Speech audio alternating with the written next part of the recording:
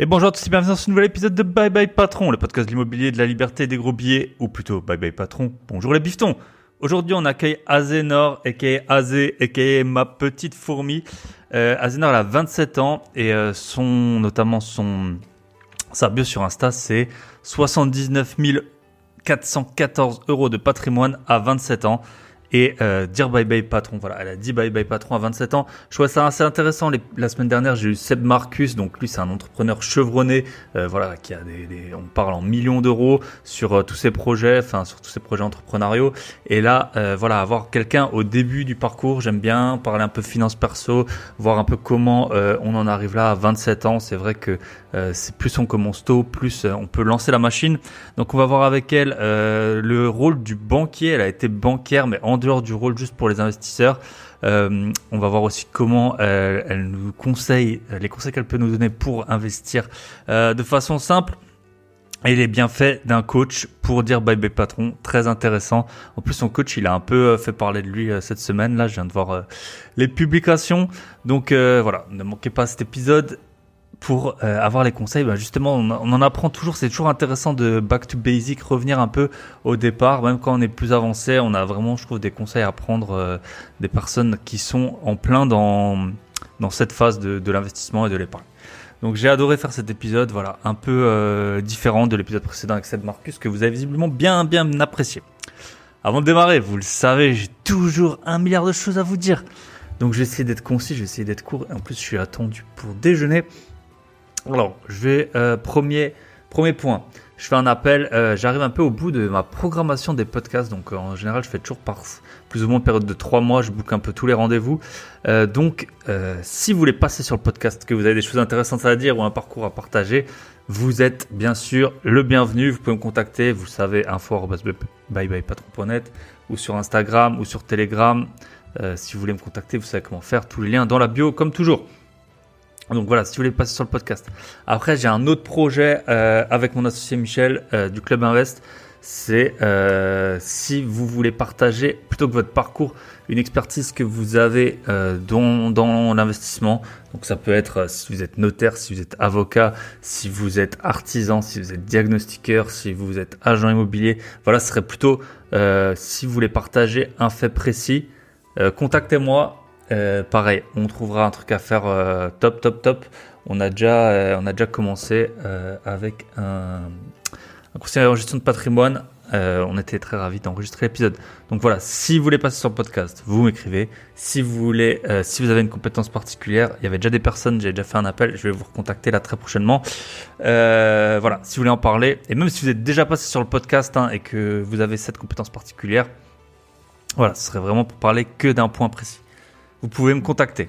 Deuxième point, j'avais ma locataire qui me faisait des misères. Donc il y a eu des histoires de deal. Il y a le concierge qui me disait qu'il y a de la prostitution. Je sais pas vraiment le vrai du faux, mais en tout cas, tout ça pour vous dire qu'elle a déposé son préavis. Donc normalement, elle va partir cet été. J'espère que ça va bien fonctionner. Après, j'avais un autre appartement. J'ai pu rencontrer Baptiste, un investisseur aussi, parce que j'avais un autre appartement qui se libérait. J'ai fait les visites normalement lundi 29 mai. Là, j'enregistre le 28 mai. Je fais rentrer une nouvelle locataire, donc pas de vacances locatives, toujours en immobilier. Si j'ai un conseil à vous donner, vous perdez de l'argent chaque jour qui passe où c'est pas loué. Donc faites en sorte d'avoir tous vos biens loués. Tous mes biens sont quasiment tout le temps tous loués. Sinon, c'est directement la perte sèche. Après, j'ai fait ma compta cette semaine. Ça a été l'enfer. Tous les ans, je me dis, parce qu'en fait, ma compta immobilier non propre, je la fais tout seul. Tous les ans, je me dis, je vais la filer à mon expert comptable. Sauf que tous les ans, je réunis les pièces beaucoup trop tard. Là, j'ai dû réunir les pièces à partir du 18 mai. Donc, c'était mort pour l'envoyer à mon expert comptable. Vous en doutez. Donc, j'ai fait ma compta. C'était horrible. Tous les ans, c'est horrible. Voilà, je déteste. ça me laisse un pied dans la compta et ça me rappelle pourquoi est-ce que je n'exerce pas ce beau métier. Ensuite, j'ai fait une soirée. On a fait une soirée avec Nils, chez Nils. Donc Nils, je l'avais eu sur le podcast. On a fait une soirée à Strasbourg. C'était super bien. Alors, il y avait, si je me trompe pas, il y avait Nils, bien sûr, on était chez lui. Christine, Augustina, Mehdi, Tiffany, Thomas, Caroline, Lionel, Hervé, Camille, Pierre, Claire, Manu, Nico, Yann et moi-même, et j'espère avoir oublié personne. En tout cas, j'avais dû refuser des gens, je suis désolé, mais vous voyez, ça fait déjà une bonne équipe qu'on était. Ça parlait investissement, on a parlé punaise de lit, on a parlé LCD spécialisé dans le cinéma. Enfin voilà, c'était vraiment cool. C'est toujours sympa de se rencontrer. Donc moi j'ai un peu organisé ça. Enfin c'est surtout Nils qui a organisé, mais on a fait ça. Voilà, c'était détendu et je pense que ça a plu à tout le monde. Tout le monde était ravi. On a fini assez tard. Et c'était cool. J'étais super content de vous voir en tout cas. Et on refera ça sans nul doute. Donc voilà, si j'ai un conseil à vous donner, si vous êtes dans une région spécifique, essayez d'organiser des petits plans comme ça. Franchement, on prend 2-3 conseils rapidement qui peuvent nous faire gagner des milliers d'euros, si ce n'est pas plus. Ensuite, dernier point que je voulais vous dire, je pense que après j'aurais fait le tour. Waouh, on allait vite. Je vous avais parlé la semaine dernière du pré-lancement de ma formation sur faire des groupes billets avec sa RP. Donc je vous ai dit à l'époque de la semaine dernière, j'avais pris 2200 € de réservation. Cette semaine, j'ai encore pris 700 € de réservation. Pourquoi j'en ai pris un peu moins ? Tout simplement parce que en fait, tous les week-ends où je suis pas là, je les ai quasiment tous loués. Donc je suis super ravi. Là, ce soir, je vais dans un Airbnb assez incroyable. Et comment je l'ai financé ? Avec en fait mon appartement qui est loué pendant ce temps. Donc voilà, donc ce que j'avais proposé, c'est de faire un pré-lancement, donc avant que la formation soit disponible. Donc le pré-lancement, il aura lieu jusqu'au 15 juin. Donc vous aurez en gros 2 semaines à partir du moment où le podcast y sortira. Et donc si vous voulez, je vous fais bien sûr un prix préférentiel vu que c'est un pré-lancement, que la formation elle paraîtra que la deuxième quinzaine de juin. Alors pourquoi est-ce que je vous saoule avec ça ? Bien sûr, je sais que c'est pas du tout pour tout le monde, c'est pas fait pour les familles et tout, mais je pense que c'est quand même important que vous posiez la question, peu importe ce que vous faites dans la vie, de qu'est-ce qui peut changer avec quand même 1500 € par an, parce qu'en gros, c'est ce que je suis en train de prendre, 1500 € par mois. Voilà, vous pouvez vous payer, bien sûr, une femme de ménage, vous pouvez vous payer des voyages, vous pouvez vous payer des restos étoilés, vous pouvez vous payer même le leasing, le financement d'une Tesla, ça coûte 450 € par mois. Donc, voilà, c'est assez incroyable quand on rajoute, c'est pas du tout la même chose, je trouve, d'avoir 1500 € de revenus, ou même 3000 € de revenus, ou 4000 € de revenus, et d'avoir d'un coup 1500 € qui tombent du ciel, comme ça, un peu.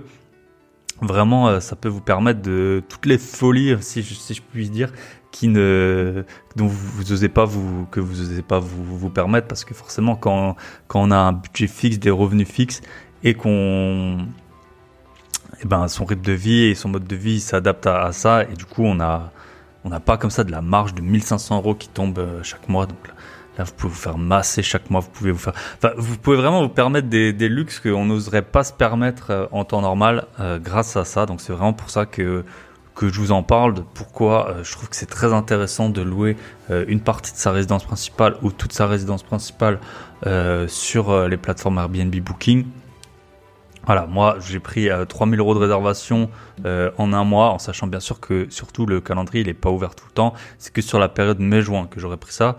Et en fait c'est vraiment un business que je trouve assez incroyable, et pourtant j'en ai essayé des trucs avec plus ou moins de réussite. Mais là voilà, vous lancez le truc, bam, vous prenez tout de suite l'argent, il y a quasiment aucun risque de perdre de l'argent. Parce que ça demande un investissement très très limité. Peut-être qu'il faut que vous achetiez des serviettes, des draps, éventuellement une télé pas chère à mettre dans la chambre. Mais vraiment, l'investissement est super limité. Vous gagnez de l'argent tout de suite. Vous pouvez arrêter quand vous voulez. Vous pouvez gérer le calendrier comme vous voulez. Moi, j'ai eu des voyageurs je vous ai montré sur la page de vente si vous y allez. J'ai eu des voyageurs en 2 semaines de 5 pays. Là, j'avais un voyageur, il avait habité 2 ans à Abu Dhabi, donc il m'a bien raconté un peu comment ça se passait et tout. J'ai vraiment kiffé. Voilà, j'ai eu pour l'instant que des 5 sur 5 et 10 sur 10 parce que vu que c'est chez moi, déjà j'ai tout, je connais super bien l'endroit, je sais super bien conseiller les gens. Après, top, tu peux parler, moi voilà, je parle, ça m'a permis de parler en anglais, je parle quand même assez souvent en anglais quand je voyage, avec des clients et tout. Mais là, avoir des conversations détendues en anglais, hop, ça te pousse aussi. Même j'avoue, j'ai dû un peu me remettre à l'allemand. C'est pas toujours parfait, mais voilà, les Allemands, gros potentiel de voyageurs, je pense, surtout quand on est dans l'Est. Et vraiment, voilà, ça a des avantages multiples, je trouve,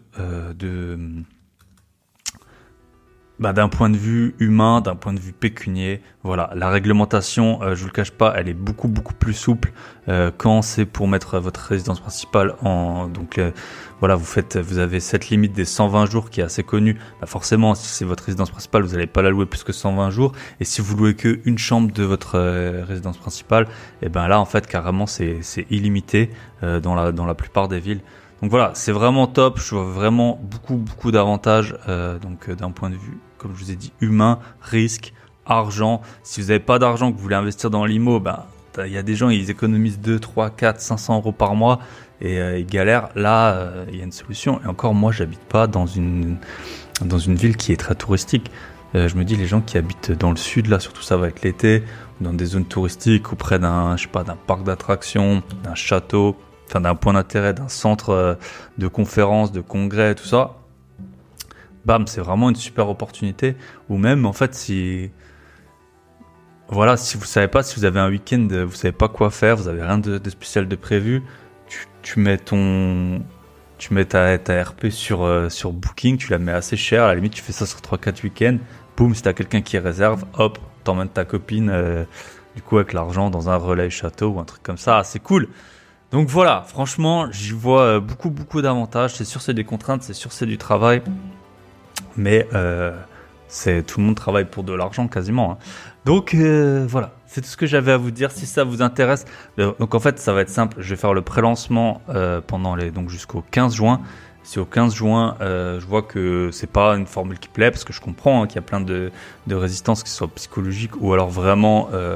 on n'a pas envie ou c'est pas du tout adapté ni à son logement et tout. Voilà, c'est au 15 juin. Je vois que ça mord pas, enfin que ça vous intéresse pas. J'en parlerai plus. Il y aura pas de formation dispo et tout le monde retournera. Moi, je continuerai à faire de l'argent comme ça. Et puis tant pis pour tant pis pour vous. Mais bon, voilà, on attaque avec ma petite fourmi. Donc je vous rappelle juste, si vous voulez passer sur le podcast, donc soit pour raconter votre parcours, soit si vous avez un projet, enfin une compétence précise, division, juridique, extension, surélévation, faire des plans, faire de la déco, faire tout ce qui concerne l'investissement, même si vous avez des compétences pour la bourse, pour les SCPI, pour les assurances vie, pour tout ce qui concerne l'investissement. Contactez-moi, vous serez pas déçus. info@byebyepatron.net ou sur Instagram byebyepatron ou sur Telegram. Vous avez tous les liens dans la description et pour le pré-lancement, vous allez sur grosbillet.com/rp. Pareil, lien dans la description. On attaque avec Azénor. Je vous souhaite une très bonne écoute.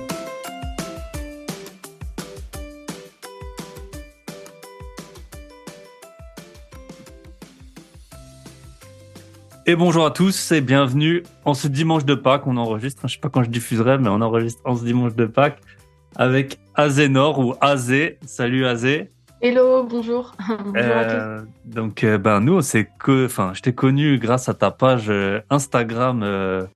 Ma petite fourmi, c'est la petite fourmi ou ma petite fourmi? Ma petite fourmi. Ma petite fourmi. Et en plus, tu as eu un réel qui a bien cartonné là. On m'a envoyé plusieurs fois le réel avec le gars, le Suisse là qui danse là. Ah oui, oui, oui. Ah ouais. Donc c'est marrant. J'ai dit j'ai prévu en plus d'enregistrer donc avec Azé. Tu peux te présenter rapidement pour les personnes qui te connaîtraient pas. Quel âge t'as, peut-être où t'habites, et après j'aime bien que les invités ils racontent un petit moment insolite de leur métier. Soit c'était des jobs étudiants, soit de leur métier qu'ils ont fait, enfin de leur vie d'avant. Pour dire peut-être voilà, là t'es en mode bye bye patron, on en a parlé un peu avant, peut-être un truc qui t'a dit bon, je vais peut-être pas faire ça toute ma vie, voilà, dans une précédente activité, et puis comme ça après on pourra enchaîner. Ok, eh bien bonjour à tous, je m'appelle Azénor, j'ai 27 ans et en fait j'habite en Bretagne et j'ai créé le compte Instagram Ma Petite Fourmi pour à la base suivre mes dépenses, suivre mon budget et puis me fixer des objectifs financiers pour apprendre à gérer et développer mon patrimoine. Et alors maintenant je travaille sur ma page Instagram à plein temps, mais avant j'étais salariée. Et en fait, j'ai travaillé dans les huîtres. Ça a été vraiment le Ok. job insolite de ma vie, je pense. Mais, parce que vu que je suis en Bretagne, donc je Ouais. travaille dans les huîtres et j'ai fait ça pendant 3 mois. C'était octobre, novembre et décembre. C'était en 2017 parce que je sortais des études et je savais pas trop quoi faire. Donc j'ai fait une année de césure et puis je me suis retrouvée à travailler à l'usine et après pardon à travailler dans les huîtres et c'était vraiment horrible. Je- Je ne veux pas dénigrer le travail, hein, mais c'est un super job. Mais moi, je suis pas du tout quelqu'un de physique et vider les poches et aller à la marée, c'était assez compliqué. Ouais. Et c'est à C'est ce quoi, tu moment-là vas dans les bacs, tu vas dans l'eau là, il y a des bacs, c'est ça? C'est comme ça que ça? dans les à marée basse, tu as les parcs d'huîtres et tu vas dans les parcs et puis le but c'est de retourner les poches, les secouer pour que les huîtres n'accrochent pas trop et puis enfin Ouais. tu prends soin d'elles quoi. Et c'est Et hyper lourd, je suppose. ouais, c'est super lourd. Ouais. Et puis quand tu remues, tu prends de la boue et tout sur toi. Enfin, c'est une cata. En plus, en novembre, quoi, il fait super Et oui, froid. c'est en novembre et ouais, l'eau elle est pas hyper très très bonne. Mm. Mais et donc c'est quand j'ai fait ces 3 mois d'intérim que je me suis dit il faut vraiment que je reprenne les études et que je fasse minimum un bac+3 tout simplement. Et puis comme Ok. ça, j'essaierai de faire d'autres boulots et plutôt dans l'administratif. Voilà. Ok. Il y a où c'est moins lourd et où il y a moins de Ouais, boue. voilà. Et... Ah, c'est vrai que quand t'es dans un bureau, parfois t'en as un peu marre de tourner en rond dans ton bureau, mais quand tu Aussi, ouais. vois le temps qu'il fait, euh, le vent, la pluie, le froid. Ouais, ok. Et donc t'as repris. C'était quoi comme étude que t'as repris? Et j'ai repris une licence en banque. J'ai postulé en fait à un job dating et puis j'ai été prise en CDD au début. Et moi, le but, c'était d'avoir la licence en alternance pour avoir justement mon bac+3. Hmm. Et en fait, donc j'ai été prise en CDD et pour la licence, j'étais à 2 doigts de pas l'avoir parce que j'étais sur liste d'attente. Et un jour, j'ai rencontré mon recruteur de job dating dans une école, parce que en parallèle de la licence en alternance, il faut trouver une école aussi. Hmm. Donc, je l'ai rencontré, ce recruteur-là, dans une école où je postulais. Et je l'ai vu et je l'ai dit, oh là là, vous vous souvenez de moi, vous m'avez embauché en CDD, je cherche toujours une alternance. Hmm. Et puis, il a fini par m'embaucher. Donc, j'ai vraiment eu beaucoup de chance et j'ai été prise en alternance comme ça. Et j'ai fait Ok. une troisième année d'études en licence banque assurance, du coup. Ok. Voilà. Qu'est-ce qu'on apprend dans ces études? Parce que nous, quand on est investisseur, tu sais, on a que le côté client entre guillemets, quoi. Donc, Ouais. euh, qu'est-ce que tu apprends pendant ces études? Les Euh, réglementations, les choses comme ça, ou ouais. les produits. Beaucoup de réglementation parce que ça change super vite. Et puis c'est un milieu qui évolue très très rapidement. Donc la réglementation bancaire, on apprend les produits bancaires de base, donc les livrets, les assurances vie, les PEA. On passe aussi des formations pour pouvoir vendre des assurances, donc tout ce qui est assurance maison, assurance voiture, assurance accident de la vie de tous les jours. Voilà, Ok. donc vraiment des choses basiques en banque. Et puis après, si ça le fait, soit tu continues en master ou sinon tu peux essayer de postuler pour avoir un CDI. Et c'est ce que j'ai fait. Du coup, j'ai enchaîné sur un CDD et puis ensuite j'ai été embauchée en CDI pendant Ok. 2 ans et demi, presque 3 ans. Ok, donc c'est ce que tu as fait de 2018, si je pense C'est ça. jusqu'à ce que 2018 tu quittes à à maintenant, l'année quoi. dernière. Voilà, Ok. c'est ça. Et donc, tu peux nous parler peut-être un peu du métier de banquière, bien sûr, en gardant le secret, Oui, les oui. secrets professionnels. Mais qu'est-ce qui t'a peut-être déplu? Comment ça se passe? Donc, t'étais aussi pour les gens qui venaient pour des emprunts, je suppose. Tu faisais ça. Oui. Alors Ouais. après moi c'était particulier parce que quand j'ai été prise en alternance, donc en fait j'ai été embauchée mais au siège, donc à la maison mère de la Ok. banque où j'étais, et j'étais sur un plateau avec au moins une cinquantaine de personnes. Et sur toutes ces personnes-là, il y avait différents services, le service des prêts, le service des assurances, le service des séparations aussi. Et puis, c'était que par téléphone. Ok. C'était du service uniquement par téléphone. Donc, quand les clients appelaient leur conseiller ils n'arrivaient pas à l'avoir, et bien en fait ça retombait sur nous. Ah Et en ouais, fait, bah, je vous ai déjà eu, enfin, je sais pas dans quelle banque c'était, mais ouais, moi, quand t'es là, peut-être. que t'as ton compromis qui arrive à échéance et que t'appelles ta banquière et qu'elle répond pas et que tu tombes sur le plateforme et elle te dit, Voilà. comment je peux vous aider? Je dis, mais je veux juste le retour de la conseillère. Ouais, ouais, je connais bien je dis, ouais, vous Voilà, êtes c'est bien ça. sympathique, mais vous allez rien pouvoir faire parce que moi, je veux juste savoir où ça en est, mon. Voilà, c'est exactement ça. Ok. Et du coup, on était là-dedans, c'était nous.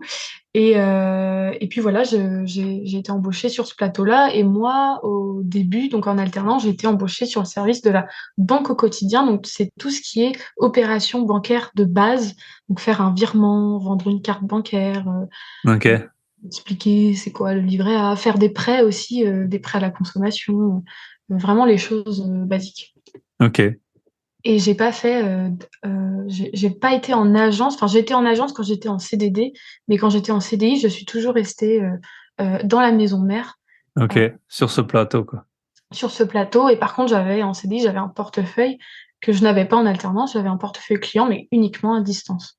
Et c'était souvent Ok. des jeunes de mon âge qui vont très peu en agence finalement. Ok. Et donc, t'as appelé les gens, tu leur disais, je vois que vous avez de l'épargne, est-ce que vous voulez pas ouvrir un livret? C'est des trucs comme Bon, ça? oui, c'est bien résumé. Ouais. C'est ça. En fait, les gens t'appelaient pas vraiment direct. T'avais des En gens fait, en qui fait, appelaient qui, en fait? C'était toi qui l'appelais ou qui t'appelait bah, plutôt? 50-50. Après, bah, souvent les clients nous appellent quand ils ont des demandes particulières, ou enfin des demandes basiques ou des demandes spécifiques, hein, peu importe. Et ensuite, nous, en tant que banquier, on a, euh, on a en fait des alertes en fonction des événements qui vont se dérouler dans la vie des gens. Par exemple, un mineur qui va devenir majeur, donc qui passe de ses 17 à ses 18 ans, on va avoir une alerte et ils vont nous dire, bah voilà, Monsieur Dupont a eu 18 ans, donc c'est tous ces produits financiers bah, auxquels il n'avait pas le droit, il va avoir le droit, comme ouvrir un livret d'épargne populaire, par exemple. Et dans ce cas, il faut l'appeler, il faut lui dire qu'il va avoir droit à tel produit bancaire, et puis aussi que sa cotisation va changer. Enfin, faut lui dire qu'il y a des choses qui changent, quoi. Et on a Ok. des alertes comme ça dans la vie des clients bah, dans leur vie globale, quoi. Et puis, on a ça, on a le passage des 26 ans, on a quand il y a une Qu'est-ce que ça naissance, change à 26 ans? Si t'as plus le droit aux trucs jeunes, aux formules? ouais, c'est le livret jeune souvent qui se termine, donc ils ont plus le droit, donc faut leur dire attention, vous êtes plus éligible, donc il faudra basculer l'argent soit sur un autre livret. J'ai l'impression d'être au boulot, ou soit Non, non, sur. mais je veux dire, ça concerne tout le monde, en fait, hein, Oui, donc, ah oui, oui, complètement. Ouais, ouais. Donc hmm, c'est vraiment, moi je dirais 50-50, on les appelle et ils nous appellent. ok. Ouais. Et après, la banque, elle vous donnait des objectifs, genre, faudrait que tu vendes tant de cartes bancaires, faudrait que tu vendes Oui, il y tant avait d'assurances.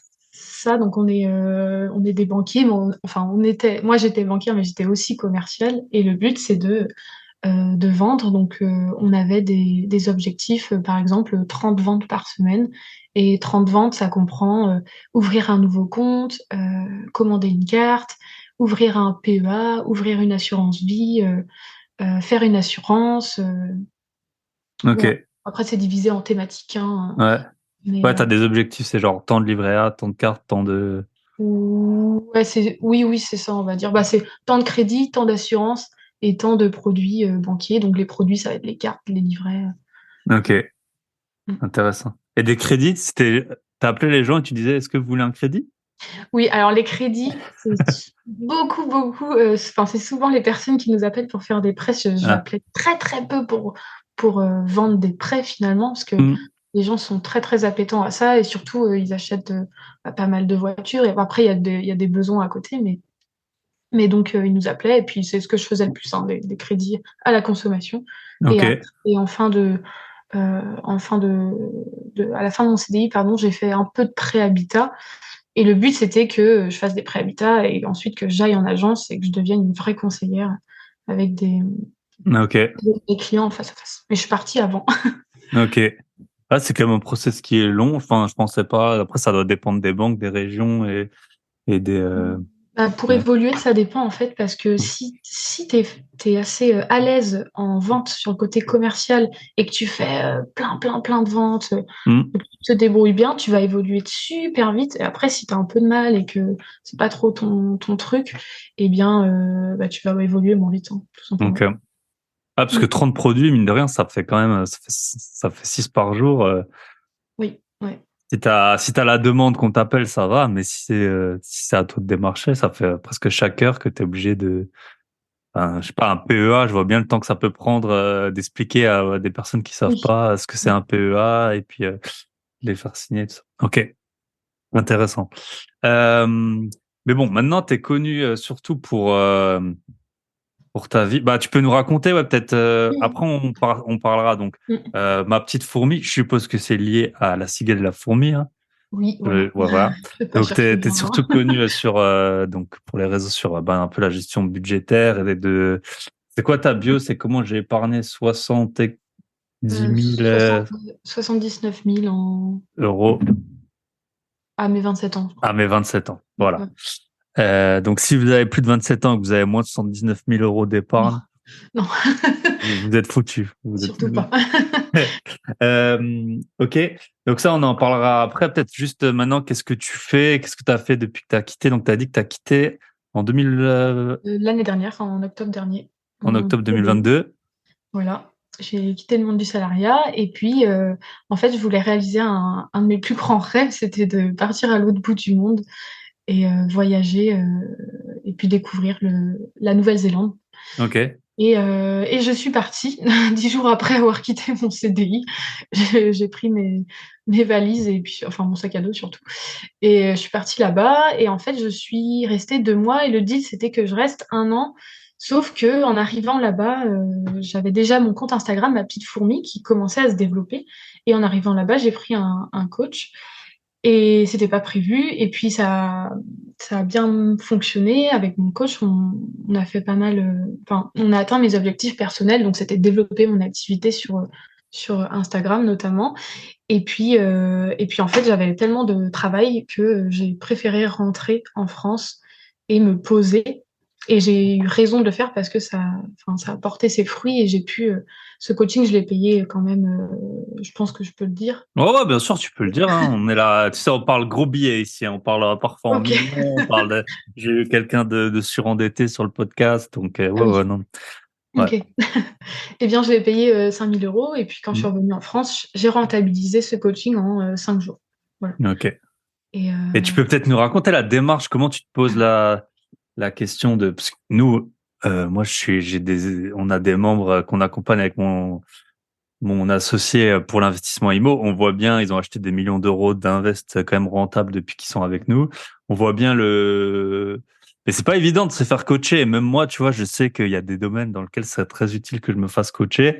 ok. Puis je le fais pas parce que ça passe vite, parce que je sais pas si on peut dire, même si c'est cher, c'est souvent l'argent, c'est pas vraiment le problème, mais c'est plutôt, Oui, je suis on d'accord. n'aime Ouais. pas, tu vois, là, j'ai un copywriter, donc je pense que tu sais ce que c'est, enfin, Oui, donc c'est quelqu'un, pour ceux qui sont pas du domaine d'Internet, quelqu'un qui, qui va faire, qui améliore grandement l'écrit, quoi, de tes oui, produits, qui et transforme les il mots m'a, en. voilà, et il m'a fait une petite vidéo en analysant mon compte, tu vois, je lui avais rien demandé. Ok. Et franchement, il a raison, tu vois, mais Oui. ça fait pas plaisir, tu vois, quand il te dit des trucs, parce que Ouais. forcément, il y a des choses, tu les fais un peu, bah, tu les fais comme tu peux, un peu, t'essayes de faire de ton mieux, mais on fait un million de choses. Donc, Oui, oui, comment ça t'est oui. venu de te dire, bon, vas-y, je vais prendre un coach Insta, En fait, à la base, quand j'ai créé mon compte Instagram, ma petite fourmi, je l'ai créé en janvier 2021. Et ok, pendant 1 an, j'ai posté ce que je voulais. J'avais pas de stratégie. Enfin voilà, je faisais ce que je voulais avec. Et donc, en 1 an, j'ai eu 1 000 abonnés, même pas. Hmm. Et je me suis dit, est-ce que je continue? Est-ce que j'arrête ce compte? Et puis, je suis tombée sur une formation pas très chère, à 67 euros, justement pour apprendre à créer une stratégie sur Instagram et essayer d'attirer plus de trafic, avoir plus d'abonnés sur sa page. Hmm. Et je me suis dit, bon, allez, je tente le tout pour 67 euros, ça va, c'est pas, ça passe, quoi. Et je l'ai fait et ça a super bien marché. Et donc ça, c'était en février l'année dernière. Et c'est pour ça, hein, quand je suis arrivée en Nouvelle-Zélande, j'ai vu une interview d'un autre compte Instagram où il expliquait les chiffres qu'il faisait avec Instagram et je me disais ah ouais c'est fou et je me suis dit bon bah ok c'est pas mal Et en fait, je m'étais déjà formée et je savais que se former, investir pour soi, ça valait le coup Hmm. plutôt que de galérer de son côté. Et puis, quand je suis arrivée en Nouvelle-Zélande, je suis tombée sur un questionnaire ou un formulaire où ce compte Instagram proposait d'accompagner d'autres entrepreneurs pour les aider à scaler leur business, donc à développer leur activité. Et j'ai postulé, et puis 2 semaines après, il m'a contacté, il m'a dit, enfin voilà, on a parlé euh, Ok. de ce que je voulais faire, et puis c'est parti comme ça. Et puis après, moi, je suis de nature assez euh, entreprenante, enfin, j'aime bien prendre un peu de risques. Hmm. Et donc voilà, je l'ai fait, pas sur un coup de tête, Hmm. mais j'ai pris ce coaching-là. Ça coûte toujours moins cher que faire un enfant sur un coup de tête ou divorcer, hein. Oui, je pense. Non, non, mais parfois, c'est ça, tu sais, les gens, ils disent, ouais, 5 000 euros. Ah bon, après, on va pas rentrer dans des discussions philosophiques, mais il y en a, ils disent, ouais, 5 000 euros, c'est énorme et tout. Puis après, t'en as, ils font au bout d'un mois qu'ils sont avec quelqu'un, ils font un enfant, tu te dis, ouais, bon, Oui, oui, oui. il y a des conséquences. L'argent, on peut toujours le refaire, alors que le reste, mais c'est sûr que 5 000 euros, surtout dans un monde, je pense que c'est un peu le biais qu'on a peut-être en Europe, en France, c'est que vu qu'on paye pas les études, on se rend pas compte du coût réel Oui, de la ouais, c'est vrai. formation et Mm. de l'apport. Et puis après, même quand par exemple, toi, tu étais en banque, quand tu as des formations dans ta société, souvent c'est assez cher les prestataires qui viennent pour te former, mais en fait, toi, t'as pas On c'est sait pas. plusieurs milliers d'euros par jour, mais en fait, c'est Ouais, pas toi qui paye, c'est la banque. Et donc, en fait, complètement, ouais. on se rend pas bien compte du coût. Ok, top. Et donc maintenant, bah, tu vis de. Donc ton compte Insta, il a pas mal d'abonnés, hein. Il a 16 000, 20 000, je sais plus. Je dois être à 35 000 à peu Ah près. ouais, 35 000, Oui, 35 000. ouais. Eh ben voilà, félicitations, hein, parce que Ah, merci. tu sais ce que c'est Après, si d'avoir je... un compte Insta à plus petite échelle et tu Oui, vois ouais. déjà le temps que ça te prend et tout. Donc ouais. Oui, c'est assez de... Enfin, c'est pas mal de travail et tout. Et puis de poster. Avant, moi, j'étais à 3 posts par semaine. Et en Nouvelle-Zélande, quand j'ai pris mon coach, bah, j'ai commencé à faire un post tous les jours. Ouais. Et, bah, tu vois bien la différence Hmm. de charge de travail. Mais si je peux te donner une astuce au niveau du nombre d'abonnés, enfin, moi, c'est ce que j'ai remarqué. Là, récemment, c'est ce que tu m'as dit tout à l'heure, j'ai un réel qui a explosé. C'est le monsieur en Suisse, là, qui fait la petite chanson assez drôle. Hmm. Et donc, ça m'a amené plein d'abonnés. Et en fait, j'ai fait mon calcul de mon taux d'interaction avec mes abonnés. Et donc, c'est-à-dire le nombre de personnes qui viennent sur ma page, qui s'abonnent, et en fonction du nombre de j'aime, de commentaires, enfin, du nombre d'interactions totales. Hmm. Et je me suis rendu compte que avant cette vidéo, j'avais plus d'interactions et Hmm. d'engagement avec mes abonnés. Et après cette petite vidéo, j'en ai eu moins, alors que j'ai plus d'abonnés. Et en T'en as fait, moins en valeur absolue. voilà, et en fait, c'est parce que les gens, ils se sont abonnés parce qu'ils ont trouvé ça drôle, mais en soi, Ouais. ils sont pas forcément qualifiés, et peut-être qu'ils Hmm. s'en fichent un peu de ce que je fais, quoi. Mais ils se sont quand Hmm. même abonnés. Ouais, Enfin, c'est un peu, je pense, ça c'est veut un peu rien dire, en fait, tu ouais, vois, le nombre c'est un peu d'abonnés. le même truc que le podcast par rapport à YouTube. Si tu regardes les écoutes des podcasts sont beaucoup, beaucoup plus faibles, Oui, que c'est entre peut-être 5 et 10% des vidéos YouTube qui fonctionnent. Mais les gens, t'as des retours enfin, tu vois des oui, gens, c'est plus qualifié, et oui, je vois, voilà. ouais. Là, on a organisé un week-end avec mon associé. Là, on a vendu toutes les places en 2 jours. Alors que si ça se trouve, enfin, si j'avais une chaîne YouTube à même, je sais pas, à 10 000 abonnés, Oui, ça quand même, bah, j'aurais pas réussi je pense parce que les gens, c'est complètement une autre démarche, quoi, oui, ouais. d'implication et tout ça. Donc, ouais, Complètement, ouais. intéressant. Euh, et la suite, après, on va passer sur le côté finance perso. Peut-être la suite, qu'est-ce que tu aimerais faire? Par rapport à, c'est pas évident, en Euh, fait, hein, quand on est dans son CDI à la banque, on sait que dans 6 mois, ben, on sera sûrement au même endroit en train de faire plus ou moins la même chose. C'est peut-être pour ça qu'on s'en va d'ailleurs, mais au moins on se pose pas la question, quoi. Eh bien, en fait, donc là, je travaille à plein temps pour moi et je suis en train de créer donc voilà des produits Ma Petite Fourmi, donc soit des e-books ou des programmes.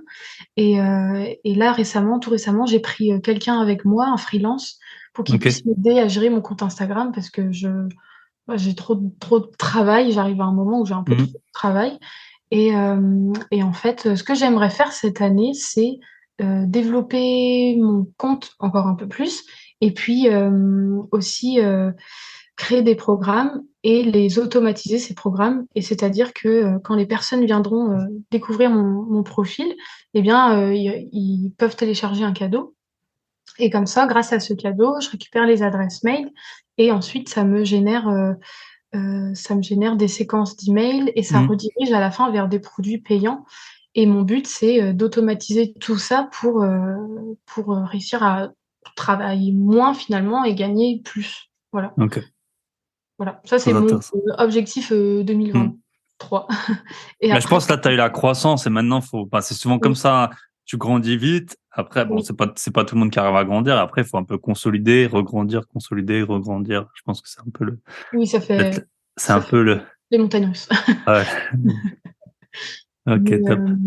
mais voilà, ce serait ça. Et puis, j'aimerais bien, là, j'ai 27 ans, j'aimerais bien, je sais pas, être indépendante financièrement à 35 ans, je pense. Mhm. Ça peut être possible. Et puis, est-ce que ça va tellement vite en soi, on se rend pas compte, mais ça peut aller super vite. Et puis, j'ai aussi acheté un appartement, location, et j'aimerais peut-être en acheter d'autres Mhm. et avoir plus de revenus comme ça, en fait, par la Ouais. suite. Non, bah, c'est intéressant. Mm, mm, mm. C'est intéressant. Euh, et c'est bien d'avoir des objectifs.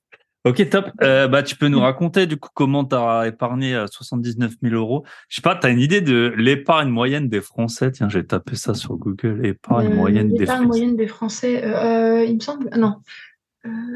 Moi, j'avais juste vu qu'un Français sur deux ne faisait pas de budget, il me semblait. Et après, l'épargne, je crois que c'est 15 000 par Français en moyenne ou 16 000, Ok. je crois. Hein, Ouais. Après, ce qu'il y a, c'est qu'il y a des énormes disparités avec l'âge. Forcément, quand on a Oui, 60 ans, et ça casse tout. Si tu as 400 000 euros à 60 ans, bah, oui, oui. tu vas augmenter la moyenne mathématique de tous les gens qui ont moins de 30 ans et qui n'ont pas un copec de côté. Ouais, Donc, complètement. bah, tu peux nous raconter, ouais, comment t'es arrivé donc de ces zéros à... Parce que 79 000 euros, nous, on fait de l'immobilier, c'est un chiffre qui est raisonnable, tu vois, 79 000 euros, c'est C'est comme la tranquille. personne que j'ai eu super endettée, elle avait, entre guillemets, que 60 000 euros de... Je pense que c'est peut-être l'invité que j'ai eu sur le podcast, le moins endetté, il avait que 60 000 euros de dette, mais lui, il avait aucun actif en face, quoi. Donc, ça a D'accord. rien à voir, tu vois. Ok. Donc, 79 000 euros quand on part de zéro, bah, comment tu fais quoi sur t'as 27 ans donc ça fait Euh, enfin En mine de fait, rien ça fait plus de 10 000 euros par mois depuis que t'es en âge de travailler oui, ouais, enfin ouais ouais. Et 10 000 euros par an ouais. Vas-y. et j'ai vérifié l'année dernière, quand on regarde, en fait, mon patrimoine, il augmente en moyenne de 1 800 € par mois, alors Ah ouais. que mon salaire, c'était 1 750. Ok. Et c'est assez rigolo. Et comment j'ai fait, en fait, eh bien, au début, j'avais rien, j'avais 15 euros hein, quand j'étais étudiante. Et puis, je suis rentrée en banque et j'ai À vu quel que... âge tu peux juste dire les âges un peu qu'on Ah arrive oui, à parce que vu que t'as été euh, deux fois dans j'avais 22 ans. Enfin, quand j'avais 21 ans, voilà, j'avais 15 euros. Après 22 ans, je suis rentrée en banque. Et à la base, Hmm. moi, je ne savais pas gérer mon argent. Enfin, j'avais peur de mon compte bancaire. J'avais trop peur d'aller voir mon compte. Je me rappelle, j'étais Hmm. en école de commerce et j'avais assez peur. Et puis, et ma mère avait dit à mon banquier de faire des virements si jamais j'étais dans le rouge. Voilà, donc je les laissais se débrouiller entre eux. Et puis, donc je suis rentrée en banque, j'ai eu un petit déclic et j'ai vu que je pouvais épargner bah, sans avoir peur de mon compte bancaire. Et du coup, c'est parti comme ça. Et en plus, en banque, j'étais en CDD, je gagnais 1 500, je crois. Donc, c'était pas trop mal. Et puis, au début, j'avais mon prêt, enfin mon prêt. Je venais d'acheter une voiture quand j'étais dans les Ok. huîtres. C'était juste avant les huîtres, la banque. Ok. Et donc, à chaque salaire, je mettais la dose pour pouvoir rembourser cette voiture parce que c'était mes parents qui me l'avaient achetée. Et donc, quand je suis rentrée en banque, mon premier objectif, j'ai fini de rembourser la voiture à mes parents. C'était Hmm. 2 700 €, ça va. Et après, je me suis dit, bon, bah, t'as un livret jeune, le plafond, c'est 1 600, eh bien, épargne jusqu'à 1 600 €. Voilà. Ok. Et c'est ce que j'ai fait. Alors, je sais plus combien de temps j'ai pris. J'ai dû prendre 5 mois ou 6 mois jusqu'à l'été, Hmm. de février jusqu'à l'été. Et ensuite, je me suis fixé d'autres objectifs comme ça pour épargner. Et en même temps, au fur et à mesure, je comprenais mieux mon compte, je comprenais mieux mes dépenses. Je pouvais à peu près calculer combien en alimentation j'avais de dépenses par mois, combien de loisirs, quelles étaient mes charges fixes, alors qu'avant, tout ça, c'était le flou, tu vois, Mhm. je m'en fichais un peu. Et puis voilà, au début, c'était beaucoup d'épargne. Et j'avais 22 ans. Après 23 ans, j'étais arrivée à 6 000 euros, il me semble. Et c'est à ce moment-là que j'ai ouvert aussi un livret d'épargne populaire. Alors, je sais pas si tu connais.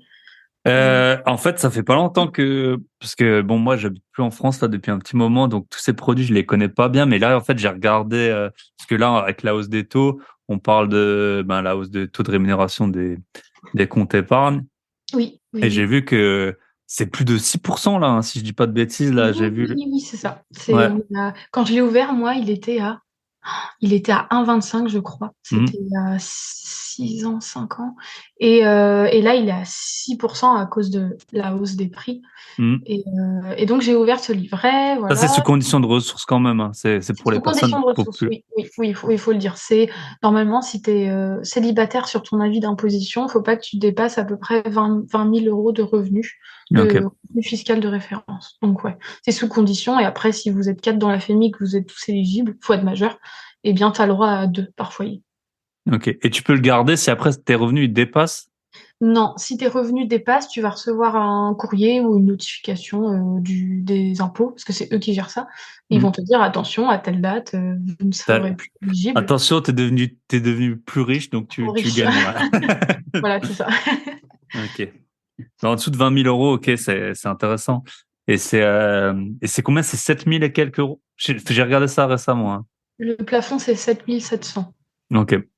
C'est 7 700 et je m'étais dit, bon, allez, je le mets au plafond, j'y touche plus et puis comme ça, j'ai plus d'intérêt que mon livret jaune à la fin de l'année. Et ensuite, à 24 ans, j'ai sauté le pas et j'ai ouvert ma première assurance vie dans ma banque traditionnelle. Et j'avais ouvert avec 500 euros cette assurance vie et tous les mois, je versais 50 euros et j'avais mis moitié fonds monétaire et moitié sur les marchés financiers. Unité de compte. C'est comme ça qu'on dit. Unité de compte, ouais, Ouais. exactement. Et puis voilà, petit à petit, ça c'était en 2019. Et ensuite, 2020, il y a eu le Covid Mhm. et je venais d'être embauchée en CDI. Et c'est cette année-là que j'ai pu ouvrir mon plan épargne entreprise. Parce que Ok. j'avais droit à un plan comme ça avec mon entreprise. Donc quand on a des primes, on les reçoit sur ce plan et on peut les épargner et ne pas payer d'impôts au bout de 5 ans dessus. Et donc, il y a eu le Et ils sont Covid. rémunérés, ces plans d'épargne entreprise, ou c'est juste Oui, pas d'impôt? en fait, ça dépend sur quel fonds tu vas mettre. Tu as plusieurs fonds avec plusieurs Ok. niveaux de risque et c'est toi qui choisis. Soit tu laisses sur du monétaire comme sur un livret, donc ça bouge pas. Ou Mhm. sinon, tu peux décider d'investir ça sur différents fonds. Euh, Ok. Moi, en l'occurrence, ma banque, elle est cotée en bourse, donc j'avais tout mis en action avec ma banque et ça Mhm. me faisait des dividendes. Là, j'ai laissé, ça doit me faire 2000 euros, plus de 2000 euros de dividendes par an. Ah ouais, Donc, quand même. ouais, donc c'est pas négligeable. Mhm. Donc, Covid, voilà, j'ai ouvert ce plan-là. Les marchés boursiers ont baissé. Mhm. Et donc, j'ai ouvert mon plan épargne en action, mon compte titre. Enfin, j'ai tout ouvert à ce moment-là et j'ai commencé à investir. Ok. Parce que j'avais mon épargne de précaution qui était faite et je Mhm. commençais à m'intéresser à ça. Et Et puis t'es rentré en plus au bon moment, enfin, en tout oui, cas, à un moment oui, qui était. mais sur un trop bon moment, mais j'ai quand même fait des erreurs parce que j'ai ouvert mon PEA, j'ai acheté des actions, je regardais le cours et au bout de 2 jours, je revendais. Et en fait, si j'avais laissé au moins un an, j'aurais pu tripler mon capital alors que... Mhm. Et moi, j'ai des actions Apple. Je me rappelle, j'en avais acheté. C'était avant la sortie de l'iPhone 10. Bon, je suis un peu plus vieux que toi, hein, donc je sais pas. Et je m'étais dit, parce que tout le monde l'annonçait, cet iPhone 10, c'était le premier en fait qui avait plus le bouton et tout. Je m'étais dit, ouais, là, c'est sûr, ça va monter. Donc j'avais acheté, je crois que c'était 5 000 € d'actions à Apple. Et Ah oui, c'est rien passé. Pendant des années, le cours de l'action Apple, il était, franchement, il bougeait pas. petit C'est, coup. Ouais. et au bout d'un moment, je crois que j'en avais 30, parce qu'après, il y a eu un split dans les actions, mais je crois que j'en avais 30. Et au bout d'un moment, j'avais gagné un peu, je sais pas, les 5 000, c'était devenu 6 000. Et donc, j'en ai vendu Bon, 20 sur les 30, je m'en rappelle. Et en fait, après, l'action, elle a décollé, alors enfin, il y a eu zéro événement, tu vois. Je veux dire, Apple, il marchait déjà super bien, tout le monde les suivait et tout. Et maintenant, les 10 actions, je sais même, bah, après, elles se sont split. Tiens, j'ai regardé combien elles valent, mais en tout cas, elles ont explosé. Je me dis, punaise, si j'avais juste rien fait, ben, Oui, voilà, tu aurais pu. c'était, ouais, voilà, les 10 actions. Donc, le tiers que j'ai gardé, ça vaut 6 640 euros. Donc, tu vois, Wow, en revendant les 20, j'aurais eu 12 000, t'aurais 12 pu, 000 euros de plus. Mais bon, c'est comme ça. On refera pas le monde aujourd'hui. Et en Ok. fait, et c'est ça ce qu'on se dit, c'est qu'on pense que la bourse, c'est hyper compliqué. Alors en fait, tu as juste à acheter. Bon, après, il faut vérifier les critères et puis vérifier si l'entreprise, elle est solide. Mais tu achètes et tu attends et c'est le Hmm. temps qui fait le reste, tout Ouais. simplement. Et puis ouais. Puis il faut jamais croire que t'es plus intelligent que tous les autres gens, que tu sais acheter et Ouais. vendre au bon moment. Mais oui, Ok. bah, c'est nul ça. C'est... Ok. Donc là, on a vu un peu le parcours de ton épargne. Oui. Je sais pas si tu veux rajouter un truc, mais sinon, euh, bah comment, ok, en chiffres, on a bien vu, mais ça veut dire c'était quoi le sous-jacent, combien tu dépensais, où est-ce que tu habitais, comment tu gérais tes finances. Est-ce que une petite question que j'ai, parce que souvent les finances, je trouve, on peut le lier un peu au poids, tu vois. Enfin, c'est un peu la même rigueur qu'il faut si tu veux maigrir, tu vois. Ah Enfin, oui, maigrir et moins dépenser, c'est un peu, je trouve, le même cheminement qu'on pourrait avoir. Comment t'as fait, ben, pour épargner tellement, combien tu dépensais, à quoi t'as fait attention, quelles a été peut-être les bonnes décisions que tu as pu prendre. Et ouais, est-ce oui. que de temps en temps, tu te disais, bon, bah non, moi, je vais épargner tant, du coup, là, je fais pas ça, tu vois. Est-ce que t'as raisonné comme ça? Ouais. Eh bien, en fait, comment j'ai épargné? Alors déjà, quand j'étais en alternance et en CDD, oui, je gagnais à peu près 1490, 1500. Et puis, j'étais donc en Bretagne, j'étais en couple et au niveau du loyer, j'étais à peu près à 400 euros. Ouais, Pour 400 deux? Ou pour... chacun? Ou chacun? Non, on devait être à 500 euros ensemble, donc 250, quoi. Hmm. Je donnais 250. Après, j'avais les à côté. Mais sachant que quand j'étais en alternance, j'étais assez loin. J'avais 1 heure de route presque. Ok. Mais ça l'a fait quand même. Et je faisais attention beaucoup au niveau de la nourriture, parce que je trouve que la nourriture et les loisirs, c'est les deux catégories incontrôlables, mais qui peuvent vite partir en vrille. Et au niveau de mes dépenses, je sais pas, j'étais à combien? Je pense que j'arrivais à épargner peut-être 200 euros par mois quand j'étais en Hmm. alternance. Mais ce qui a joué aussi, c'est que j'avais des primes annuelles. Et en fait, ces primes, elles allaient de 2 000 à 4 500 euros, même 5 000 des fois. Et donc, ces primes, je les utilisais pas, je les ai toujours épargnées et toujours investies dans des actions. Et en fait, ces actions me donnaient des dividendes et c'est ça qui m'a aidé beaucoup à faire augmenter mon patrimoine. Il y a eu Et ces ça, primes, tu les mettais en PE ou tu les touchais quand même PE, en... PE parce que si je les prenais, j'allais payer des impôts dessus Hmm.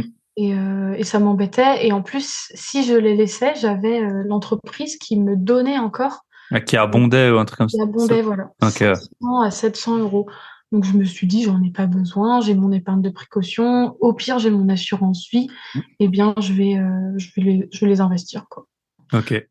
Ça, Et je pense que c'est un bon conseil qu'on peut donner quand tu as des 13e mois où ouais, c'est c'est de d'épargner l'argent. investir.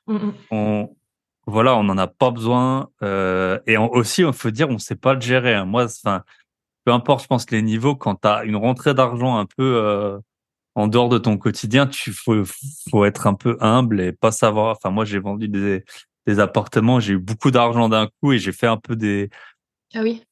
parfois bah, en fait, tu veux le placer, tu veux faire des trucs et tu sais pas vraiment comment bien le gérer et tout. Mm. Donc, ouais, je pense que tu as aussi les remboursements d'impôts quand ça arrive. C'est pareil, les gens, ils veulent, ah, vas-y, les impôts, ils m'ont donné 1 000 euros, je vais payer des vacances, je sais pas. Je pense que c'est vraiment important enfin, voilà, comme tu as fait, tu te dis, ben, j'en ai pas besoin, je vis tous les jours très bien sans, donc Oui, cet oui, argent, oui. on va l'investir. Et après, ce que j'ai fait aussi, c'est que donc je suis passée de l'alternance au CDI et Hmm. mon salaire a augmenté. Et j'ai essayé de vivre justement toujours pareil qu'avant. Hmm. Et comme ça, j'ai augmenté ma capacité d'épargne, mais mon niveau de vie restait le même. Parce que souvent, quand on gagne plus, on dépense plus. Hmm. Et Surtout si t'es entouré de gens qui ont le même salaire que toi, tu vois, c'est un peu ça le. complètement, Ouais. ouais. Et puis après, j'ai mis en place d'autres astuces pour économiser, mais par exemple, faire beaucoup de covoiturage, amener ma gamelle le midi au boulot, c'est, c'est des astuces basiques, mais mine de rien, ça m'a permis d'économiser pas mal. Et ces économies-là, je pouvais les investir et faire grossir mon patrimoine. Et après, en 2021, donc j'avais 25 ans, j'ai acheté un appartement. Ok. Et je me suis dit, je vais acheter un T2 et puis comme ça, le prêt va être remboursé entièrement par le loyer, alors que pas du tout, j'avais pas de cash flow. Je devais Hmm. faire un effort de presque 200 euros par mois. Et Bah, souvent au début on se dit ouais si je rembourse 500 et que je le loue 500 ça va me coûter zéro. Mais non, en fait c'est pas ça. c'est plutôt faut que tu rembourses 300 pour que ça te coûte zéro si tu loues 500. Exactement. Et puis c'est ça aussi qui m'a aidé quand même, mine de rien, à faire grossir mon patrimoine. Parce que là, aujourd'hui, tous les mois, je dois avoir 500 euros qui se remboursent. Et puis mon Mhm. patrimoine, il grossit, quoi. Ok. Et là tu l'as acheté avec un emprunt forcément Et ce. là, je l'ai acheté avec un emprunt. J'ai profité d'être en banque pour avoir des taux assez faibles. Et bon, là, j'y suis plus en banque, donc les taux, j'ai dû augmenter de pas 1%, mais ça a augmenté. Mhm. Après, c'est pas très grave. Mais mon taux est assez correct vu que c'était en 2021. Et c'était juste Ok. avant la hausse Ouais. des prix, avant l'inflation. Ok. Intéressant. Mm, Et mm. en couple, enfin j'ai déjà fait des épisodes, hein, mine de rien, être en couple, c'est une hyper bonne. Alors après, faut supporter votre conjoint, mais c'est une hyper bonne astuce de finances perso. Bah, tu payes que un abonnement internet, tu payes Oui, que, enfin, les ouais. logements, les loyers, ils sont pas. Je pense que, enfin, peut-être que les investisseurs débutants ils s'en rendent pas compte, mais les loyers sont pas corrélés. Autant un prix de vente, il est corrélé au mètre carré, mais les loyers pas du tout. Enfin, un 100 mètres carrés, ça se loue pas le double d'un 50 mètres carrés, alors que ça se paye à peu près le double à l'achat, quoi. Donc c'est vrai que quand on est en couple, c'est les assurances habitation, enfin il y a plein de trucs, il y a plein de gains énormes quand t'es en couple Oui, ouais, tu peux que. enfin, facilement. Après, ça dépend, hein, parce qu'il y en a, ils sont en couple et ouais, ils gèrent pas forcément très bien, mais Ouais, après c'est aussi faut voir en fait t'es toujours un peu la moyenne de ton conjoint, il va toujours un peu tu vas l'attirer vers tes trucs et lui oui, vers tes trucs. Donc si t'en as oui, un qui est plus dépensier, même si oui, toi tu oui, l'es pas, lui à la fin il va dépenser moins et toi tu vas dépenser plus. Enfin en général oui, ouais, c'est- complètement. Ouais. ouais. Et d'ailleurs, je sais pas si comment toi tu gérais justement tes finances en couple, mais au début, moi, c'était moi qui payais tout et monsieur, il me faisait un virement. Et Ok. au final, on se disputait souvent parce que l'un devait de l'argent à l'autre. Enfin, c'était assez compliqué. Et moi, je pensais que ouvrir un compte joint, ça allait être pire. Alors qu'en fait, non, ça m'a trop aidé. On a mis toutes Hmm. les dépenses communes sur ce compte joint. Et puis maintenant, on alimente chacun de notre côté la même somme. Ouais. Et même quand on fait des événements ou des grosses sorties, bon, ben, on se dit, OK, on met 200, 300 euros en plus. Et puis, au moins, on a ce pot commun-là où on pioche dedans ensemble et Hmm. c'est moins galère. Mais au début, j'avais beaucoup de mal avec le compte joint. Ok. Je pensais que c'était source de conflit, alors qu'en fait, pas du tout. Donc, je regrette Bah pas cette gestion. c'est assez bah on peut c'est vrai que moi donc avec une compagne que j'ai eue jadis, on avait on avait justement un compte joint, mais elle se rappelait jamais du code de la carte ou elle l'avait pas ou je sais pas. Et après c'est vrai qu'elle me reprochait qu'elle utilisait son propre argent pour faire les courses. Je disais mais la carte tu l'as et tu sais c'était toujours en gros, c'était pas au jour le jour. C'est punaise, mais depuis un mois, je fais les courses avec. Mais je dis, mais moi, je contrôle pas avec quoi tu fais les courses. Donc c'est vrai que le compte joint, c'est assez utile. Et ce que je fais souvent, je sais pas si on peut comparer, mais je pense quand même quand je suis en vacances à deux, tu vois, même Mm. avec des potes ou quoi, ou à plusieurs, en fait, bah, tu sais, t'as les cartes Revolut, je pense que tu connais. Souvent, on Oui, a quelqu'un qui a pas enfin, parce que moi, je m'en sers pour pas mal d'opérations, donc j'ai des trucs qui passent dans tous les sens. Mais, tu vois, on en prend un qui s'en sert pas généralement. et puis tout le monde met, je sais pas, 200 euros. Comme ça, il y a 800 euros et lui, il paye tout, tu vois, Oui, ouais, et c'est ouais. réglé. Et c'est 10 fois plus simple que partager, compter les trucs. Et puis Oui, après, c'est bon, bah c'est voilà, si toi, tu te payes un truc tout seul, tu te payes autrement, mmh. mais Mmh. tu gagnes un temps fou. Et c'est vrai que je pense que l'argent, c'est vraiment dans un couple, enfin, beaucoup de divorces sont liés à l'argent, hein. C'est très important Ouais, je dans, pense que mais c'est très, très, très, très compliqué de gérer, surtout, je trouve les différences de revenus, tu vois, entre quand oui, gagne plus que l'autre, qui paye quoi, parce que forcément, bah, c'est un peu comme on disait, le dépensier et le pas dépensier. Toi, si c'est toi qui gagne bien ta vie, ben tu vas vouloir faire des vacances, je sais pas, chères et tout, mais l'autre il peut pas oui, payer, donc ça l'embête aussi, donc tu payes pour l'autre, mais du coup tu peux avoir quand même peut-être une attente, tu vois, en mode t'as pas envie qu'il fasse la gueule alors que c'est toi qui as payé les vacances en Grèce ou je sais pas, enfin ça peut ouais, vite créer complètement. des conflits. Et franchement, avoir un conjoint qui gagne à peu près la même chose que toi, ça évite beaucoup de conflits, hein. Je pense Ouais, je que pense. Après, je sais pas si tu es d'accord avec ça, mais quand il y en a un conjoint qui gagne beaucoup plus que l'autre, bah, dans ce Hum, cas, enfin, tu proratises les dépenses. Si lui gagne plus, bah, il hum, va prendre 60% de plus de charges que l'autre conjoint. Mais ouais, bon, enfin, ça peut être délicat, mais après, je pense que ça peut fonctionner s'il y a une bonne communication entre les deux. hum. Enfin, c'est ce qui est préconisé, en tout cas, de faire pour Ouais, quand c'est comme le ça, quoi. conjoint. Ouais, comme ça, au moins, l'autre, il peut continuer d'épargner un peu et il est pas pris à la gorge. Ouais, c'est ça. Et parce que je pense que c'est un des pires trucs que tu conjoint ou pas, c'est si t'as quelqu'un dans ton entourage qui gagne beaucoup plus que toi, c'est un bon moyen de trop dépenser, quoi.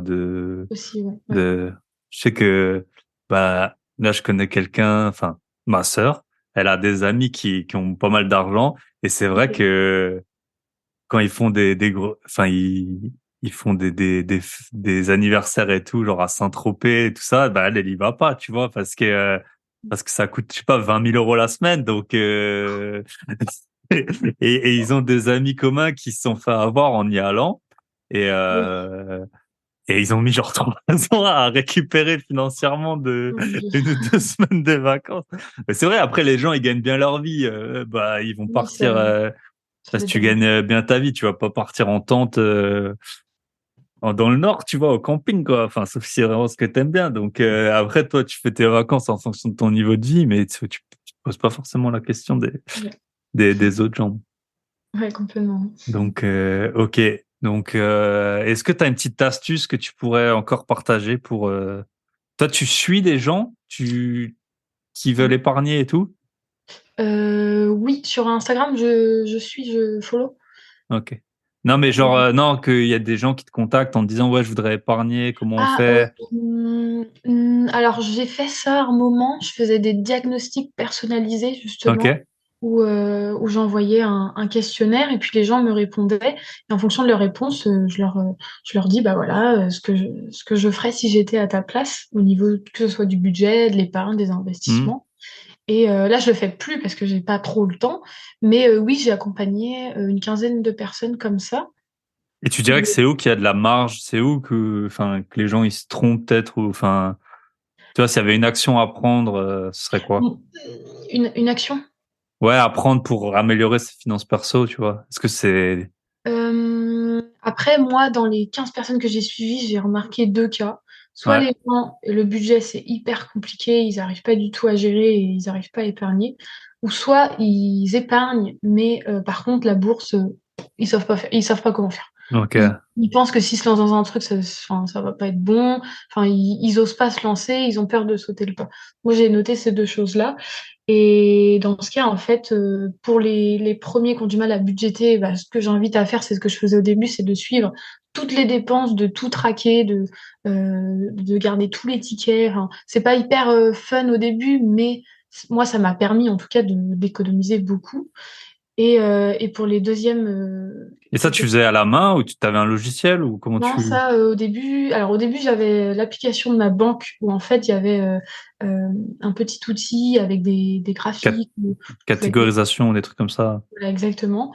Et donc ça, c'était pas mal. Ça me donnait un peu grosso modo où est-ce que j'en étais. Et après, je suis allée plus loin. Moi, je me suis créé un fichier sur Excel qui était très moche. Et tous les mois, je suivais mes dépenses comme ça. J'avais fait des petites formules. Et un jour, je suis tombée sur un autre compte Instagram qui avait créé un tableau de budgétisation et de suivi de patrimoine. Mm. Et donc, je l'ai pris et tous les mois, je notais mes dépenses. Et en même temps, je pouvais suivre mon patrimoine, l'évolution de mes placements boursiers, l'évolution de mon épargne. Et je voyais Et c'est comme ça que j'ai vu que mon patrimoine l'année dernière, tous les mois, en fait, il augmentait de 1 800 € alors que Mm. je gagnais moins, quoi. Et combien de temps tu consacrais, tu dirais, par mois à ça? Au début, au début, sans mentir, je devais pas tous les jours, mais tous les 2 jours. Mais c'était trop, hein. Mm. Mais par contre, si tu es raisonnable, franchement, tu passes, je sais pas, allez, en tout dans le mois, tu passes 20 minutes, 30 minutes. Ok. Mais c'est vraiment, en fait, tous les 3 jours, tu vas sur ton tableur, tu regardes ton compte bancaire, tu notes ce que tu as dépensé, voilà, tes opérations. Après, si tu en as beaucoup, ça prend plus de temps, mais si tu fais ça tous les 3 4 jours, ça va. Et puis voilà, ton solde, il se met à jour et tu vois où t'en Mm. es. Tu as des petits graphiques qui te disent vous avez épargné tant. Mais c'est pas. En fait, ce qui est dur, c'est le début, c'est de s'y mettre. Et donc, tu vas passer, allez, 1 heure, tu vas être là, ok, je teste ça, la formule, Mm. ok. Et après, quand l'outil, tu l'as en main, en fait, c'est beaucoup plus simple. Mais t'es pas Mm. obligé de faire que sur l'ordi, hein. Tu peux faire en papier. Je sais qu'il y en a, ils font ça sur papier. Je trouve ça super bien aussi. Il y a des cahiers spécialisés qui se vendent. Enfin, Ok. c'est possible de faire de toutes les sortes et manières différentes. Ok. Et est-ce que tu budgétisais, tu vois, un peu les dépenses non récurrentes, mais en fait qui sont, enfin, tu vois, par exemple, si à l'anniversaire de ton conjoint, ça va te Oui, coûter l'argent. Est-ce oui. qu'après, sauf que un mois c'est l'anniversaire de ton conjoint, le mois d'après c'est celui de ta mère, le mois d'après tu pars en vacances, le mois d'après c'est tu payes les pneus de ta voiture. Comment tu gères ça, tu vois le. Oui. Eh bien, en fait, ces dépenses-là, c'est un peu des imprévus, mais qui vont plomber le budget. Eh Hmm. bien, ce que j'avais fait, moi, au début de l'année, j'avais fait un tableau avec tous les mois de l'année. Et je regardais, OK, en janvier, c'est l'anniversaire de ma sœur. En mai, c'est la fête des mères. En août, il y a les vacances. Décembre, il y a Noël. Et donc, je me mettais des sommes et Ok. j'essayais de faire des petites épargnes comme ça. Et puis, ce que je faisais aussi, c'est que des fois, euh, parce que c'est des sommes qui peuvent être assez conséquentes, hein, Hmm. ouais, conséquentes, et bien, par exemple, un anniversaire, si c'est mon conjoint et que je vais lui offrir un cadeau, je sais pas, à 100 €, eh bien, je vais essayer, pour pas que ça plombe mon budget, de trouver de l'argent ailleurs. Donc, je sais pas, moi, j'avais vendu des jeux vidéo Switch sur le Bon Coin. C'est Hmm. bête, mais ça m'avait fait 80 €, tu vois. Et bah, Hmm. déjà, j'ai plus que 20 € à donner pour l'anniversaire de mon conjoint, quoi. Ok. Et Ouais, donc, j'avais fait un tableau, voilà, pour suivre tout ça et pour pas que ça me plombe trop, quoi. mais tu vois, c'est intéressant les vendre les objets dont on se sert pas. Franchement, Ouais. c'est un super bon conseil. Déjà, ça vous fait du bien à l'esprit d'avoir moins d'objets chez vous. C'est net d'impôts. Ah, tu touches l'argent comme ça. Et moi, j'étais Mm. assez étonné puisque là, j'ai déménagé, j'ai acheté quelques meubles d'occasion. Et en fait, j'étais chez des gens, mais blindés, mais des maisons. Genre, j'ai acheté une sorte de commode là. Euh, mais c'était une maison à au moins 3 millions d'euros, franchement, chez qui j'étais. Et j'ai jamais vu des baies vitrées aussi énormes. En fait, le gars, il avait l'état d'esprit, bah, gagner de l'argent vu la maison qu'il avait. Mais il était, tu vois, encore en mode, bah, vas-y, je vends sur Facebook. Je sais pas, j'ai acheté 50 €, je sais plus, 80 € là, le truc. Mais tu vois, j'étais pas chez des gens pauvres qui avaient besoin de cet argent et tout. C'était en fait quelqu'un qui avait compris, ben voilà, que même bah, si t'as de l'argent, tu vends tes trucs dont tu te sers plus, quoi. Et Ouais, ouais, ouais, ouais. c'est c'est assez impressionnant. Et mine de rien, le marché de l'occasion, le marché des secondes mains, enfin, ça marche super bien. Hmm. Et enfin, moi, je l'ai vu en vendant des livres et puis des jeux vidéo et je pensais pas. Et donc, quand j'ai quelque chose à vendre, bah, je me mets sur le bon coin et puis ça part, quoi. Donc, Ouais. c'est quelque chose qu'on sous-estime peut-être, mais qui peut être une petite source d'argent supplémentaire Hmm. pour le mois. Ok, bah top. Ben je pense qu'on a fait un bon petit tour, hein. Ouais, ça te va? Euh, en tout cas, félicitations pour tout ton parcours. Merci. Et puis, je sais pas, est-ce que tu as un mot de la fin que tu veux dire, un petit conseil? On en a donné pas mal, hein, je pense. Euh, Euh, non, eh bien, suivez vos Suivez vos dépenses. dépenses. C'est un Ouais, peu la base. C'est comme si on veut perdre du c'est poids et la qu'on sait base, pas hein. peser, quoi. Ouais. Donc, Et puis, et n'hésitez pas surtout à vous former, même si c'est à petite échelle, hmm, même si c'est 20 € pour une formation, pour un budget ou je sais pas, pour développer un compte Instagram, bah, essayez et puis ça peut donner des résultats qu'on pensait pas en fait, hein. Parce que hmm. moi, finalement, j'ai payé 67 € 1 an et demi après, j'ai quitté mon travail, quoi. Ouais, c'est quand même, c'est, Improbable, hein. ouais. Non, mais c'est Ouais. vrai que les formations, enfin, il y a des, moi, il y a à boire et à manger, mais parfois, t'as acheté un tout petit Oui, truc, c'est hyper clair, c'est hyper, il fait tout, ouais. et tu gagnes un temps fou et c'est organisé. Bah, moi, j'en tourne des formations. Je sais le temps que ça prend. Quand t'es étudiant, je sais pas, enfin, tu gagnes un temps fou déjà, tu bénéficies de toute l'expérience de la personne qui l'a fait, mais en plus, elle s'est organisée, elle a organisé ses idées. Je sais pas, franchement, pour tourner une vidéo de 10 minutes, ça te prend au moins 1 heure, hein, quand t'es Mm. formateur, le temps de l'écrire, de faire les trucs. Donc, toi, en gros, rien que ça, déjà, t'as l'expérience et en plus, tu gagnes le temps que le formateur a mis à organiser ses idées et ses pensées. Donc, si on veut te Exactement. contacter, ma petite fourmi, si Oui, on veut, voilà. voilà, en un mot, sur, euh, sur Instagram. Bah, écoute, je te souhaite tout le meilleur, des bonnes fêtes de Pâques, Merci, hein. Ouais, bonne fête de Pâques à toi aussi, hein. et puis à très bientôt. Et à bientôt. Ciao. On arrive à la fin de cet épisode. J'espère que vous aurez apprécié l'épisode. Petit rappel, si vous voulez passer sur le podcast, vous m'écrivez. Si vous êtes intéressé par la formation, faire des gros billets avec sa RP, vous allez sur grosbillets.com et pensez à commenter, liker, partager. Et la semaine prochaine, on va parler des tourbillons de la vie d'entrepreneur, des dépôts de bilan, des business qui tournent bien, des multi-investissements, d'investissements à l'étranger. Tout ça avec un invité d'exception. Je vous souhaite une très bonne semaine à tous et à très bientôt. Bye bye.